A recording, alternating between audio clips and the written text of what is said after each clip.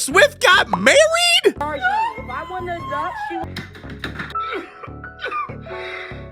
That seems to be what NFL announcer Tony Romo believes. We've all seen the clip. Wait, you haven't? Okay, check this out. As you see, Kelce's wife, Taylor Swift, in the audience, or I'm sorry, the girlfriend. Not yet. That clip right there sent Swifties into a tailspin and made my lawyer brain perk up. Because as I'm sure you know, it is very common among celebrities to sign a prenuptial agreement to protect their assets. We call them prenups. And as Google informs us, Taylor Swift is literally worth $1.1 billion with a B dollars, which is 27 times what Travis Kelce is worth at about 40 million. So what does a prenup between these two look like? Well, let's find out. Now, a common misconception about prenuptial agreements is that they are a sign that the marriage is not going to last or a tool used by opportunistic people to make sure that they get a good deal in the future. I'm not saying they're not sometimes used that way, but that's not their purpose. In reality, prenups are a great tool to outline a person's assets and debts and help ease an already difficult transition in the case of a divorce. But see, it's not just divorce. They're also helpful in the event of a death.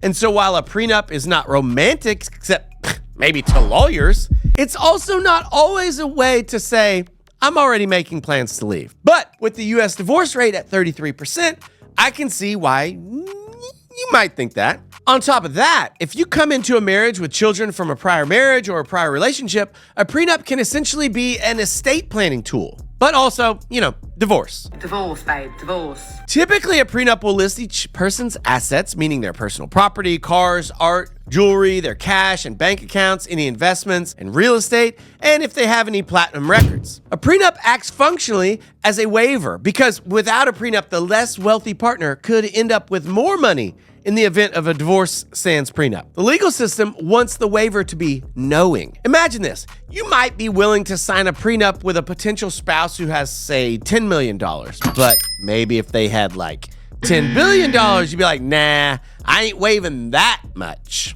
A prenuptial agreement can, and for famous people, usually does include lifestyle clauses. Things like infidelity clauses and custody arrangements, fine.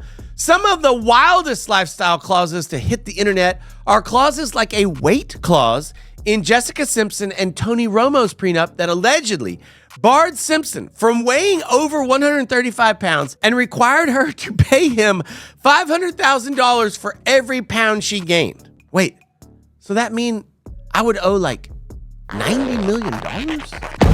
Or Ice-T and Coco Austin's prenup that allegedly requires Austin to return her breast and butt implants in the case of a divorce, and I can't believe I just said that out loud.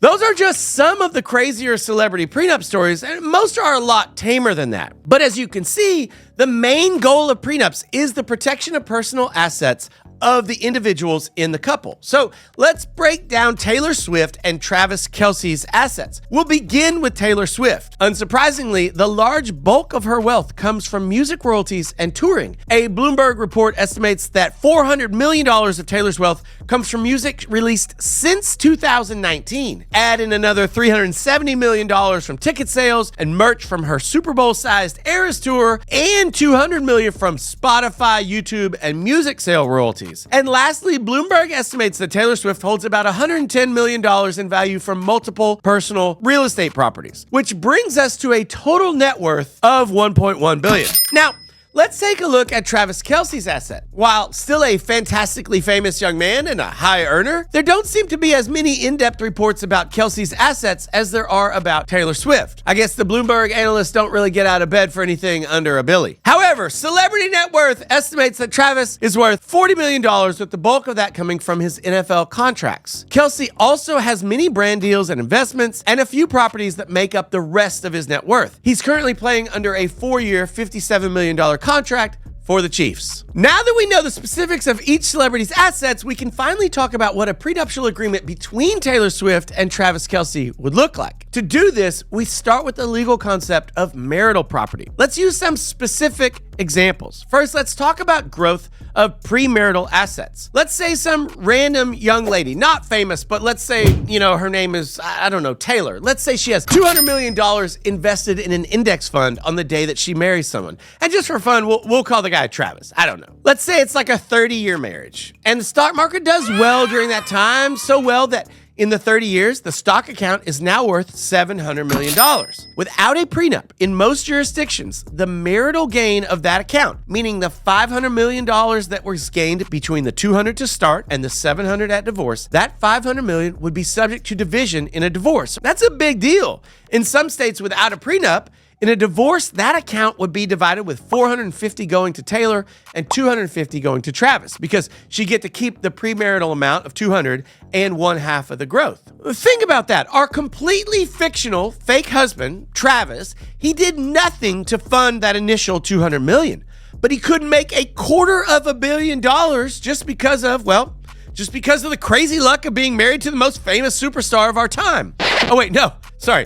This is a hypothetical situation. But what about the creation of marital assets? To get to that, we need to talk about what a marital asset is. And the basic headline here is anything that a spouse earns or creates or acquires during the marriage except for certain gifts and inheritances, but everything else that develops during the marriage that isn't simply growth on a premarital asset, that's going to be property of the marriage and therefore, generally speaking, subject to a 50-50 division in the case of a divorce or subject to the laws of wills and intestacy in the event of a death. Let's use as an example the album Red. Now, clearly this album was released prior to the Swift Kelce marriage, a marriage that I might need to repeat only exists right now inside the head of Tony Romo and Travis Kelce's mom. And since that album keeps generating revenue, that revenue, provided that it's not commingled into an account containing marital money, that new money on the Red album still belongs to Taylor alone. It's growth on a premarital asset. And what I'm about to say here is very, very likely. Let's say that upon the birth of Travis and Taylor's first grandchild, many years from now, Taylor releases a new version of the album called Red, Granny Taylor's version. And maybe she does this with all of her records. These new versions would almost certainly be considered marital assets because they were generated with time and labor expended during the marriage. And of course, somehow they would be even better than the original songs, although casual fans would pretend they can't really tell a difference, but the rest of us can hear it in every note. Where was I? You wanted a second example of marital property. What I want you to do is imagine it's 4 years from now, 2027. Travis has just won his 4th Super Bowl and he retires. And Taylor has a baby. And the birth of this child inspires 20 million Swifties to also have babies. And Taylor, being the maniacal savant of a businesswoman that she is, releases a new album of lullabies and baby songs. And of course, these are the best of all time.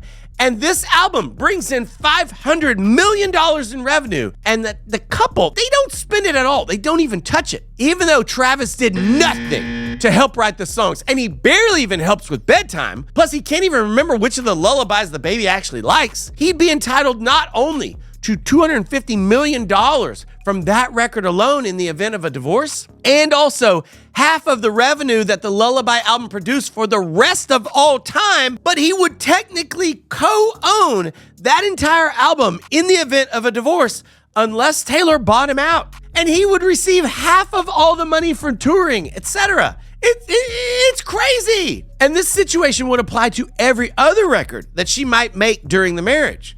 So what a prenup does, as long as it complies with the applicable laws of the state under which it is written, is that it breaks down the presumptions and operations of state statutes, and it allows the wealthier spouse to keep as much of what they have prior to the marriage and what they make during the marriage as the parties can agree on. Now, prenups are favored under the law, but they still have a bunch of technicalities that have to be met in order for the agreement to be enforceable. But those technicalities are not hard to meet as long as you're in the hands of a decent lawyer. And can you imagine that you can pay just a few $1,000s to hire a lawyer and maybe save yourself like $500 million or more?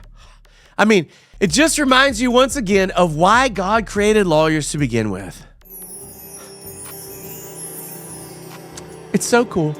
Of course, any true fan of Taylor Swift knows that real money is in breakup albums. And so ironically, The most grift that this flat broke football player could ever hope to get in on would be if they could somehow separate but remain married, and then Taylor releases the breakup record a week before the divorce is finalized. I mean, that would be the gift that keeps on giving, because even though those songs would be about the divorce, half the money would go to Travis. That's irony. But it will never happen because obviously she's going to make him sign a prenup. So while we don't know the specific terms of this hypothetical prenup that is probably in the distant future, I'm sorry, Donna Kelce, but it's true. We do know that it will most likely include clauses that safeguard Taylor's music and investments and Travis's music and investments.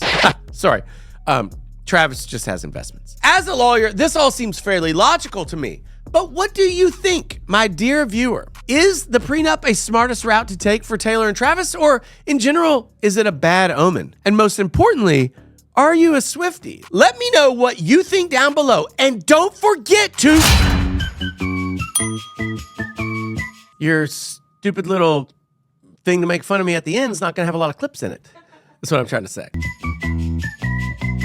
You wanted a separate example.